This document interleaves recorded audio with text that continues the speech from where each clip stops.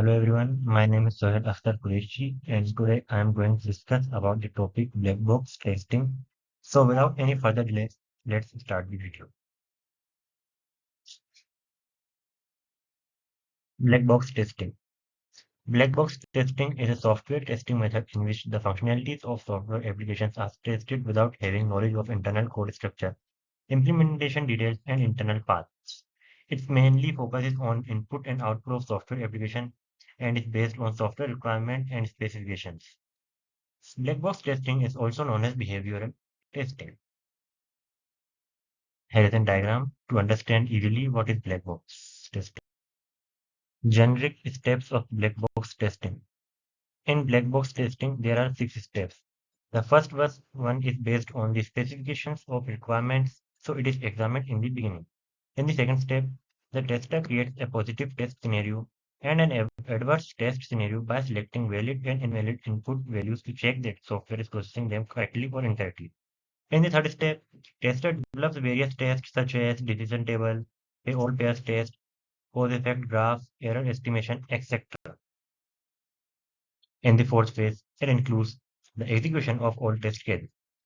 In the fifth step, the tester compares the expected output against the actual output. The sixth step, which is the final step, is there any flaw in the software, then it is cured and tested again.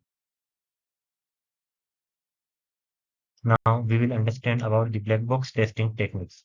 So there are various test case design techniques applied for black box testing, such as graph-based testing, equivalence partitioning, boundary value analysis, state transition testing, decision table testing.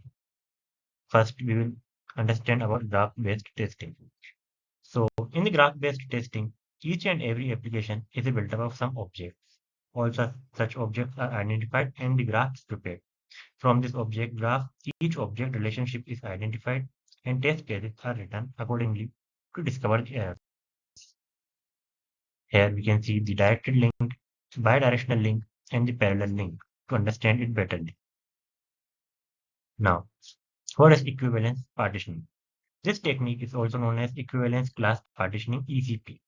In this technique, input values to the system or application are divided into different classes or groups based on its similarity in the outcome. Hence, instead of using each and every input value, we can now use any one value from the group class to test the outcome. In this way, we can maintain the test coverage while we can reduce a lot of rework and most importantly, the time spent. Let's take an easy example to understand equivalence class partitioning (ECP). Here, we are taking an example in the reference to voting. Here, we are taking the valid age from 18 to 60 and invalid age from below 18 and above 60. In the real life, anyone above 60 can also vote, but to partition it and to understand it betterly, we are taking 60 above as invalid.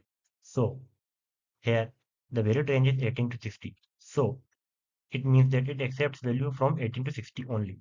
It is an easy example to understand equivalence class partitioning, that how partitioning is done to select the valid and invalid range. Boundary value analysis. From the name itself, we can understand that in this technique, we focus on the values at boundaries, as it is found that many applications have a high amount of issues on the boundaries. Boundaries means the values near the limit where the behavior of the system changes. The valid inputs and invalid inputs are being tested to verify the issues. Analysis. Here is an analysis for boundary value analysis if you want to test a field where there is a range from 1 to 100, then these are the boundary values. Here is a diagram to understand boundary value analysis. State transition testing. State transition testing is a testing that is used to test the different states of the system under test. The state of the system changes depending upon the conditions, the events, trigger states, which become scenarios, and a tester needs to test them. A systematic state transition diagram gives a clear view of the state changes, but it is more effective for simpler applications. More complex projects may lead to more complex transition diagrams, thus making it less effective. State transition testing. Now we will understand state transition testing with the help of a diagram. So, in the transitioning phase, we see that if we made a first attempt and the attempt is passed, then we will go to the home page. And if we fail, there will be second attempt. And if we pass the second attempt, then we will go to the home page. And if we failed in the third attempt, then second attempt, sorry, then we'll apply for the third time. And after the third time, if we will pass, then we will go to the home page. And after three failed attempts, then the account will get locked. So it's an state transitional testing example.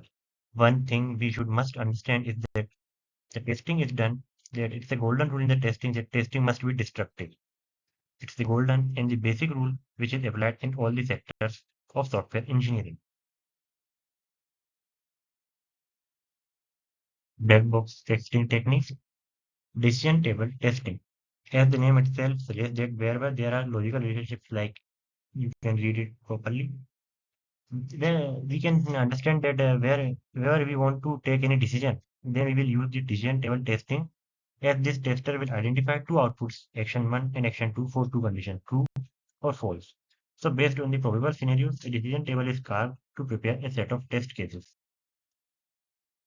For example, we can understand it by taking a simple example. For example, that an XYZ bank that provides interest rate for the male senior citizen as 10% and for the rest of the people 9%. In this example condition, we can see that C1 has two values as true and false. Condition C2 also has two values as true and false. The number of possible combinations would then be 4. This way, we can derive test cases using a decision table.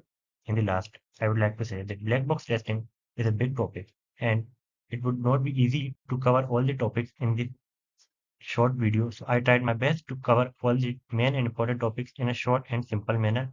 Hope you liked the video. Thank you for watching this video. Thank you.